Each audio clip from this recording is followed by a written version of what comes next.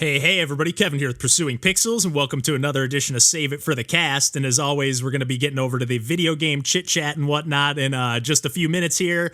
John and I are going to be the only two on this week's episode. Randall, unfortunately, wasn't able to join us for this session, but because of that, we kind of ended up digging into some of John's initial thoughts on Triangle Strategy. I know we've heard some of his thoughts on the numbered proper episodes and whatever, but this was kind of we were like, you know what, Randall's a bigger JRPG fan, and there might be more to bounce around and discuss about this game, but because we decided to table it, we ended up inevitably getting into a little bit of a discussion about it, and even just in general about some of the new Squaresoft JRPGs that they've been putting out, or at least this one and Octopath Traveler, and then even Live Alive a little bit. We just touch on it briefly, but just seeing Square put out these new IPs, and with this new HD pixel 3D format that they got going on, I'm pretty excited to see what they end up doing, or if they end up doing more with this structure, or this new engine, whatever you want to call it. I know John's obviously more excited than I am, and probably Randall as well, being that they're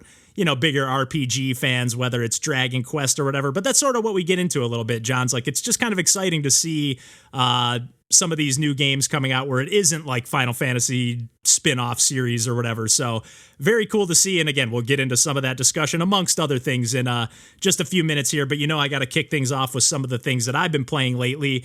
And I unfortunately didn't get to do as many streams as I hoped to, but I did do one nice long chunky stream of checking out some of the entries from the Game Maker's Toolkit Game Jam this year that just wrapped up a couple weeks ago.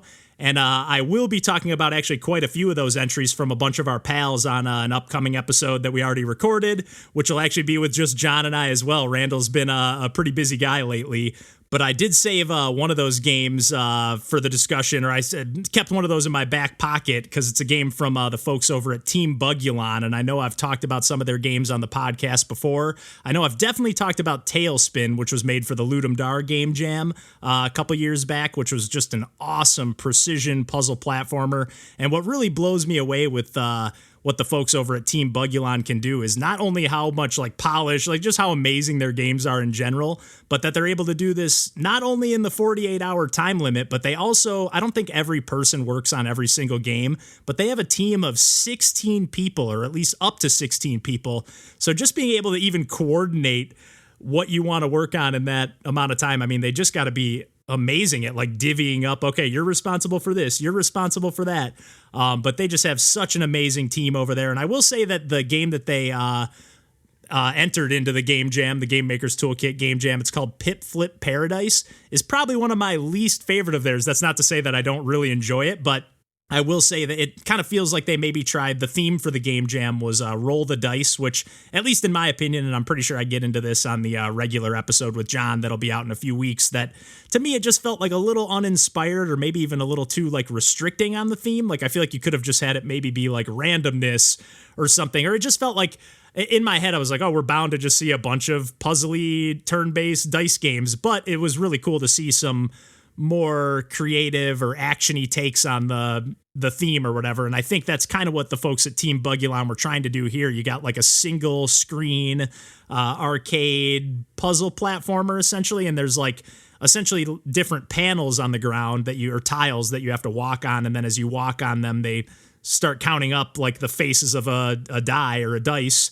It feels weird just saying die all the time, but I know that is the singular term for dice. But anyways, you basically walk, and once you have flipped 6 tiles over, then as soon as you jump, it'll kind of roll the dice, if you will, and there's 3 different, or a few different things that those tiles might turn into. So maybe there'll be permanent panels, so you're safe. Maybe there'll be panels that once you step on them, they'll disappear as soon as you jump off of them or even walk off of them. Or maybe there'll be spikes or obstacles. I forget what all the different variety of but basically, yeah, there'll just be a new obstacle or a new thing that you have to navigate around. Well, there'll be enemies dropping on the screen, and essentially every time you flip 6 tiles, there'll be 3 bells on the screen, and every time you flip 6 of those tiles and then jump and activate that dice roll or whatever, I know I'm making this extra confusing, but essentially one of those bells will activate, and then once you collect all 3 bells, you beat the stage. And I think it's a game where they have 4 worlds or maybe even 5 worlds. I think sometimes their games, even at like Tailspin, I think even had like a bonus secret world if you collected all the collectibles on all the stages. It's just absolutely mind-blowing what they're able to do. Again, this one wasn't my all-time favorite of theirs, but still it just has amazing polish on the music. The pixel art, just everything about it is top-notch stuff. And the reason I kind of wanted to bring that game up is because I actually recently took kind of a deeper dive into some of their games.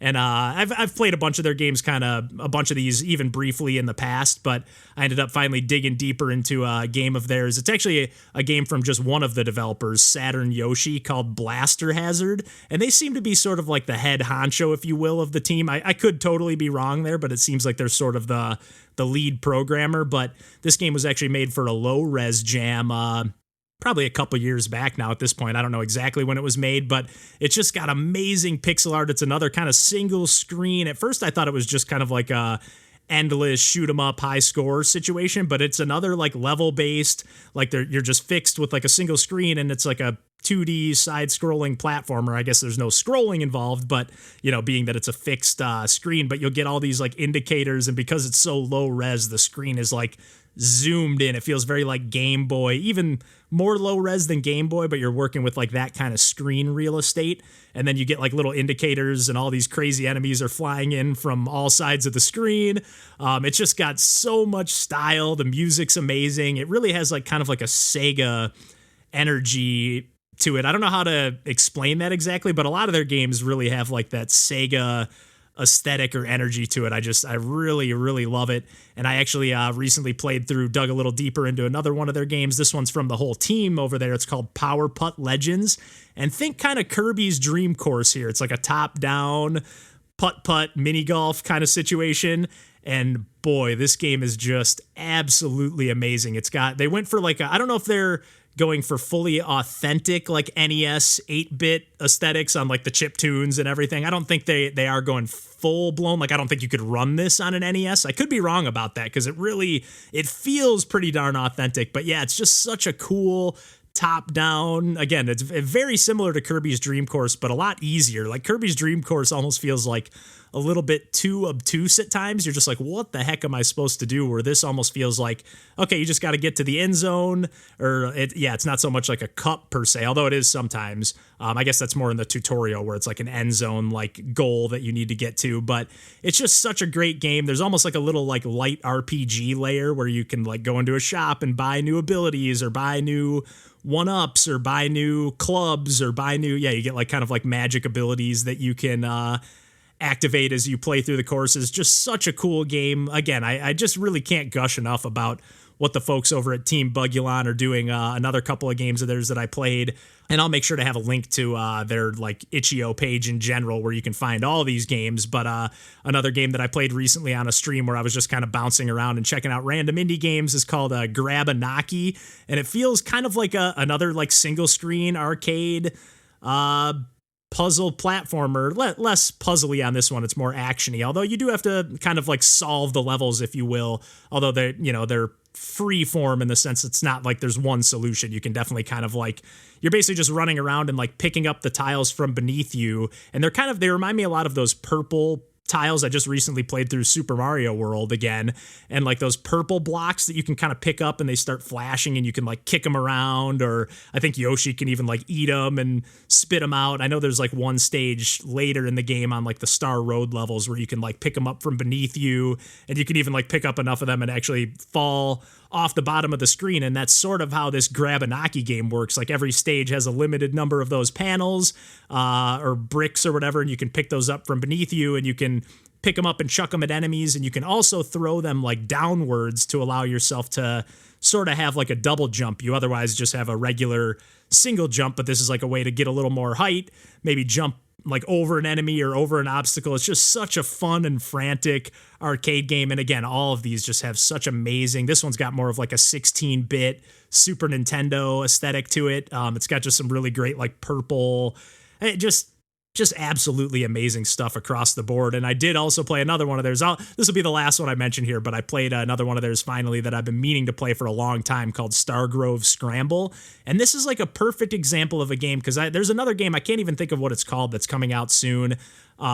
Just like a regular game or whatever that looks like it's very inspired by Yoshi's Island, but more so in the art style than the gameplay. And the gameplay looks actually like more of like a speedrunner, really fast and frantic, precision platformer. I guess less so precision, but definitely based around speedrunning. But like everything feels like it's kind of borrowed from Yoshi's Island, where you're playing as a dinosaur and you're collecting these like flower smiley face collectibles. Like it almost feels like too much of a, I don't want to say ripoff, but it just doesn't have enough of its own identity, where this game Stargrove Scramble, which is yet another game that Team Bugulon made for a game jam, feels like it's definitely like borrowing heavily from Yoshi's Island and even a little bit of Super Mario Brothers 2, the US version anyways, where you're like picking up stuff and throwing it over, or picking up stuff over your head and kind of throwing it at either enemies or trying to solve puzzles or trigger switches or whatever. But again, you're kind of playing as a character and it has like a pixel art kind of crayon aesthetic, but they're doing very much their own thing. But at the same time, you're still picking up eggs and chucking them around, but it's just done in a different way where it's like, I don't know, it feels more inspired somehow. I don't know how exactly to explain it. Like it's a very loving homage to Yoshi's Island, as opposed to being like, oh, this feels like kind of like an uninspired, like cool mechanics, but like, you know, it doesn't have enough of its own identity. I don't know how to put into words exactly what I'm trying to say, but I think you kind of might understand what I'm trying to say. I don't know.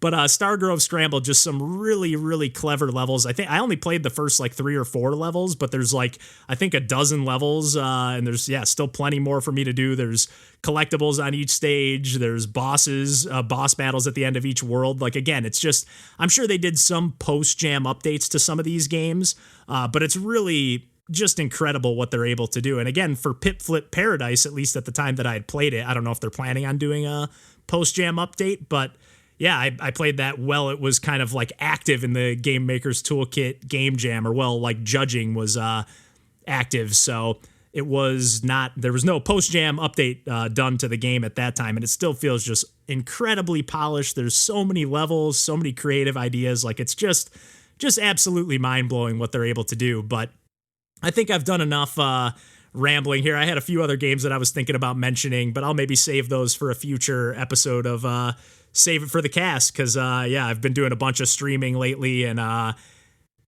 think I can leave it there for this week and throw it over to John and I, and otherwise we will catch you next week, and take care.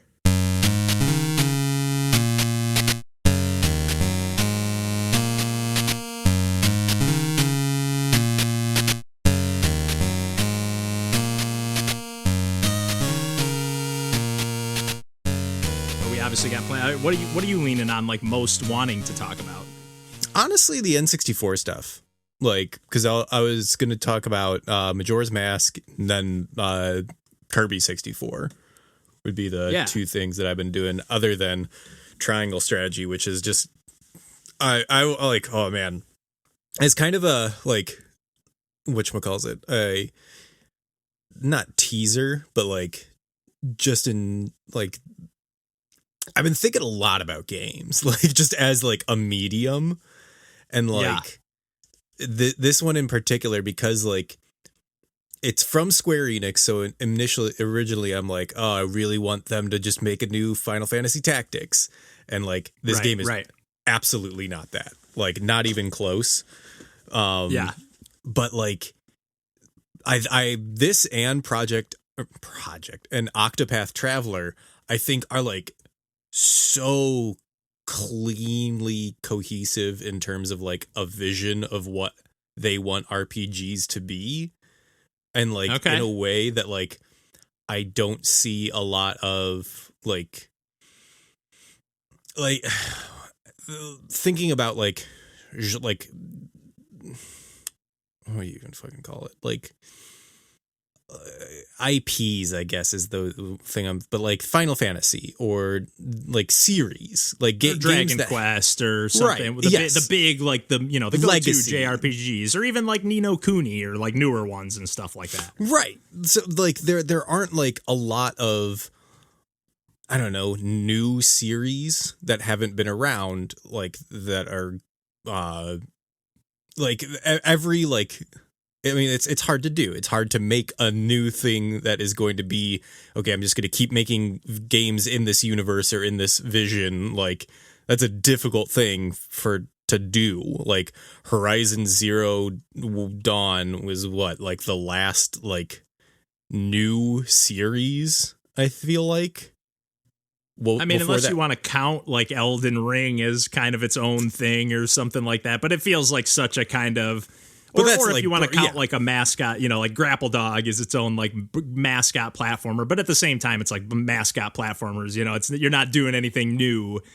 With that. You may be setting a new universe, but like major game like series. Games that get like that much like that many resources dumped into them, whether it be financial resources, but basically like a AAA or whatever you want to call it, like level of production put into it. Like if they're gonna put that money up, they're gonna put it usually into Final Fantasy or Dragon Quest or something, because they know there's the fan base already. Even if they piss off half the fan base every time, like they know the game's gonna sell. Whereas if they do, Project people will Octopath always Traveler, buy another Final Fantasy, no matter what. Yeah, and thankfully Square has like enough of a name where I feel like they can kind of like, if they really kind of go, hey, we're going all in on kind of an old school 16-bit, 32-bit RPG, JRPG, like they'll get the fans' attention for sure, the people who are into those games. So they do have a little bit of that luxury to do that. But like you said, yeah, you hardly ever see it with like, and are these games related at all? Like, is there any connection other than they look visually similar? So that's but then you see like Live Alive coming out, and that kind of has a similar look that they're using in these games, I feel, at least from the pseudo 3D pixel art perspective. They look similar, and they have the same similar, like, I don't know, like level of magic and like technology. Like they feel like they're contemporary. Yeah. The thing that like really strikes me about Triangle Strategy is that it is so ambitious in its story, and not in a way that like every other game would be. It's like nothing in this game is groundbreaking or like original or new, but like it is just like the level of quality in it is just so I'm not used to it at all. And I've played a lot of games. I played a lot of JRPGs. I've played a lot of like story heavy games, and like this setting and this level of care and detail put into it, and not just being like I've played a lot of really complicated and like I don't know, what's another word for complicated, convoluted, like just I was gonna say complex, but it's basically the same word, right? But like I've played so many JRPGs where it's like, okay, there's just so many characters and there's so many like things like, oh, like everything is like there's a deeper web that behind like this that a lot of layers see, or like here's a twist that you never saw coming. But like this is the first time that like I feel that I'm playing a JRPG where it's just like so. I mean, the nature of it is kind of a choose your own adventure in that, but like it is so like all of the resources went towards making this story and making it like a like series of events that are all equally weighted. So it's like, oh, if you make this decision, these are the branches that will happen. If you make this decision, these are the branches which will happen. And they put like just as much care into every single branch.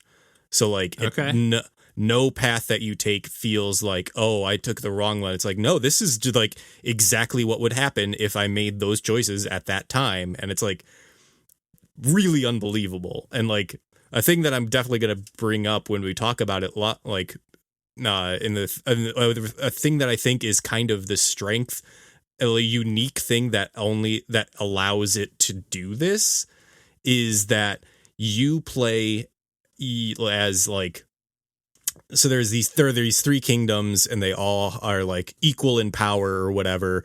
And then the game starts when like basically the balance is disrupted and your kingdom that you are a minor house of falls, and you are like so powerless. Like everything, every other kingdom, every other house is so much stronger than you. And like, it is just you trying to like, all right, who do I have to ally myself with at this exact moment in order to survive? And like, there's a ton of just like failure in it, but like baked into the story failure, where it's like, God, I've never really seen like a story where I'm like just squirming under like the heel of someone, like trying to make my way, like, and like still like making meaningful decisions and changing the story, but like, fuck, I'm not winning anytime soon. It's like, if I do eventually come out on top, it's going to be after a lot of shit happens, because it's just not in the story right now. It's like, I was going to say, just because of the story or because of your actions during the story, or both? Both. Like it's just like because like one of the main things is that as you are like going in between the different kingdoms, like they're all like have different houses with different interests. So like they're not unified in their either alliance or opposition to you. So then there's tons of machinations of like, who are you allying yourself with in this kingdom versus like, okay, now how do you like meet their needs in order to like go for it's like, I was not prepared for this game at all. I was expecting a Final Fantasy Tactics where it's like, all right, I'm going to do like 500 random battles and like maybe like 10 of them will advance the plot. Whereas this is like, right. You are just doing reconnaissance and like talking to people and watching cutscenes and figuring out what way it's more of like an adventure game, honestly, than like that is punctuated with really difficult tactics battles. Interesting. Because I usually like, I mean, you know how I am with narratives and stuff. So like, I usually tend to prefer the opposite approach of where it's like a mechanic heavy with like little flourishes of like, you know, if that, I don't even need that. But if you're going to put something, little flourishes that kind of accent or make the game you're playing like a little bit more meaningful or make you a little more invested because of the story or whatever. But it's everything in it is like that, and like it's kind of like a visual novel in that kind of way. But like this is that's interesting. Like every choice you make like really changes the course of the story, and I think that it is. And when you say choices, are you just talking like choices like dialogue choices during the cutscenes or whatever? Are you talking like choices like gameplay wise and stuff like, oh, I'm gonna let this character die Fire Emblem style? So like that's even the thing, like there's no permadeath, at least in normal difficulty, which is what I'm playing it on. Okay. But there are three whatchamacallit, convictions that you have. One of them is morality, one of them is utility, and one of them is liberty. Okay. And everything that you do strengthens your convictions in one of those areas. And that includes items like, oh, are you playing this battle? Are you going into battles under-leveled? That will strengthen your convictions in one of the ways. Are you going in over-leveled? That will strengthen it in another way. Are you clearing every map of every enemy? That strengthens your convictions in one way. Are you going and talking to every person? That strengthens. So like a way that you get to choose like after the battle, or it's just because you did this, it boosts or it changes this statistic or whatever. Both. So there are stuff that you are actively doing, and there are stuff that like just does it as the way that you play. So like the way that Fable was supposed to be. Right. And like, yeah. But because of that, like so like there's, and then you are presented with like inflection points where you are where there are like branches of the main path where it's like, okay, I have to vote, and you have 7 voting members of your house, and you are presented with an issue like, oh, here's a plan, who supports this plan, who supports this plan, and then you have to talk to them, and like it shows where, how many people are voting for X, how many people are voting for Y, how many people are undecided. And then based on whether you like went and talked to enough people in your like in between areas and like discovered enough like extra topics or things that would sway, like knowledge, bits of info that would sway them in that voting process, like then you like try to target the people that are voting against the way that you want to go narratively, and then you try to convince them otherwise. And sometimes you don't have the convictions to convince them of that, and sometimes everybody like votes against what you want, and it's like, fuck, all right, I guess we're doing that plan then.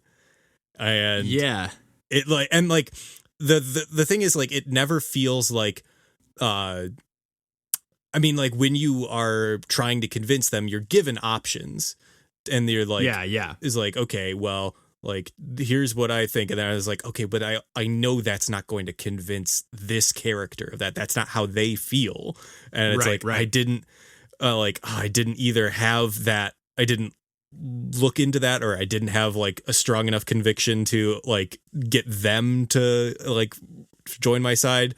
But then other times it's like, oh, well, I don't need their vote. Like I can do enough of everyone else. So it's like, there's so much to this game. Like, so like, is it like, does it almost have, because like, again, like you were saying, like Final Fantasy Tactics, like, and not that we need to dig into every element of this game right now, but like to Final Fantasy Tactics, like you were saying, like, oh, I'm just going to do a bunch of random battles or whatever and get through this storyline or progression. But it almost sounds like there's like, and I'm not super familiar with XCOM, but it almost sounds like there's like, how there's like, obviously there's the turn-based like tactic grid battles in XCOM, but then there's like the other layer of the game where you're like kind of like building up your military, or you're doing like research and upgrading your tech and gear, like, so it almost sounds like there's like that layer of this game as well, but in like a political realm, or like, and there's also just the regular like equipping and upgrading the like skill trees of every character that you recruit, like in standard JRPG fashion or whatever, right? And you could totally like, you can skip everything if you don't want to like do any of the story and just like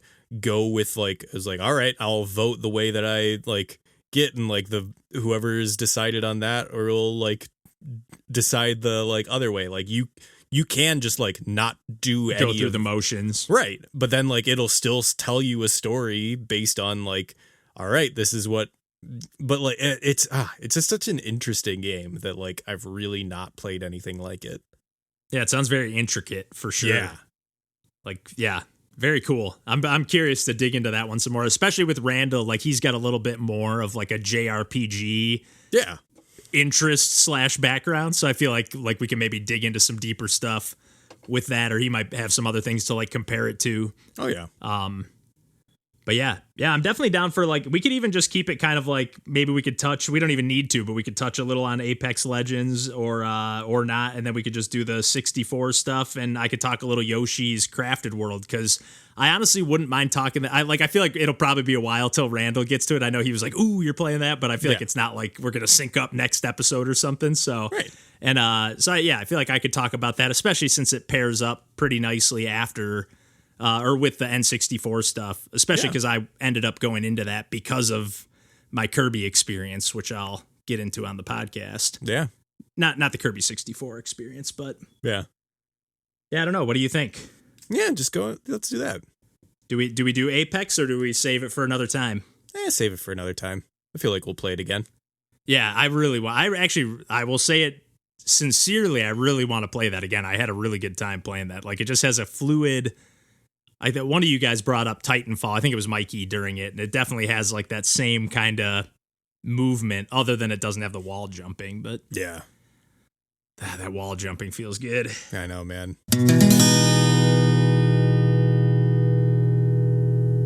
How's your neck feeling, man? Bad. Dude, thanks for toughing this out, man. It's fine, man. Like, is it like, do you have any idea what caused it at all? No. I mean, it's better today. It is so much better today than it was like at the beginning of the week. But like, yeah, it's just such a fucking stupid thing that like, oh yeah, my body's just gonna hurt this week. Like, just yeah. And there's the not body much sucks, man. Yep, the body sucks sometimes.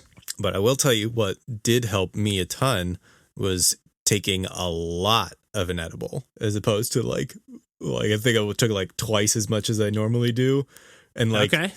I don't know, like I don't know if you get like the body high a lot, but like the way that like my muscles just kind of like release, and like so all the tension that was in my neck like was just like, nope, you're gone. And that was it was a relief I had not felt all week, and I was like, hello, thank God. And it's kind of crazy. Like sometimes when people are all like, "Oh, it's medicine, man. It's medicine." I'm kind of like, "Yeah, whatever." Like, but it kind of is. It really for can very be. specific things. Like if you're, like it's definitely not most of the people that say it are just saying it to excuse their habit or whatever. But like it definitely can be used medicinally to help your situation. I know we used to try to get my grandma with her arthritis and stuff. Between her arthritis and her cataracts, we were like, you should consider it. Like you already smoked your whole life cigarettes. You know, it's like, why? It's not like this is like off-putting to you. Do really, the fun one. Exactly. But I think she was, she just didn't want to mess with it, and maybe she wouldn't have liked it. Who knows? But I'll probably take an edible after we're done here and just zonk out. Hopefully it helps. Yeah. I've been watching this old show on. They don't have all the episodes, but they just have some of them on YouTube. Called Ancient Mysteries with Leonard Nimoy hosting. Oh it. yeah. It's like it was like an old. I think it's on like technically History owns it now, but it's like an old A&E show. I think, but it's pretty good. It's not bad. It's like. Some of them are like less interesting, like when they're like, "Was Dracula real?" I'm kind of like, "No, I don't know." But but the people really did eat blood, and I'm like, okay, some of these are a little far fetched, but then some of them are like where they talk about like the Ark of the Covenant or something, where they like kind of just go into the history of like the Knights of the Templar chasing it down. It's like at least it's interesting from like the historical, like whether this is real or whatever. It's like it's just kind of intriguing of like, man, did all this shit kind of happen in some way, even if it's not like it is in the Bible or like it is in whatever text that they find out about it in. But I mean, it's definitely interesting. That's what you were saying. There's mirrors in across cultures. Like there's a theme in a lot of the or at least mythology. Yeah.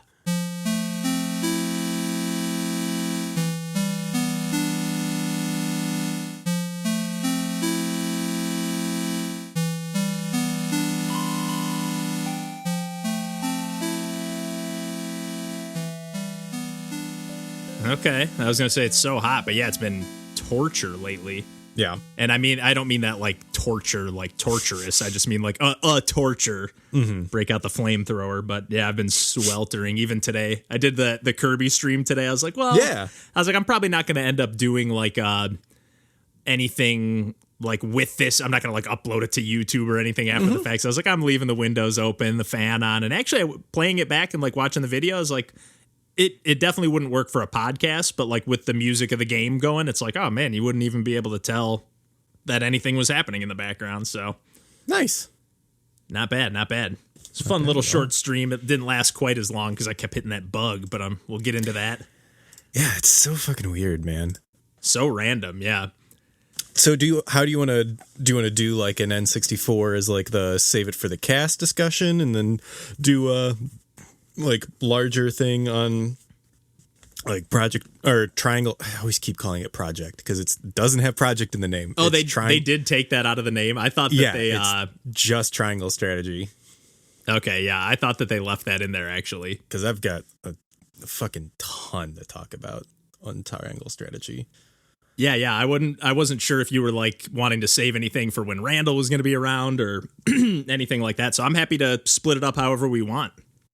Because I could theoretically, if we want to have that as like a larger discussion, because I think that like might be because it would just be about like kind of the nature. I feel like maybe a discussion would be better for that in that case.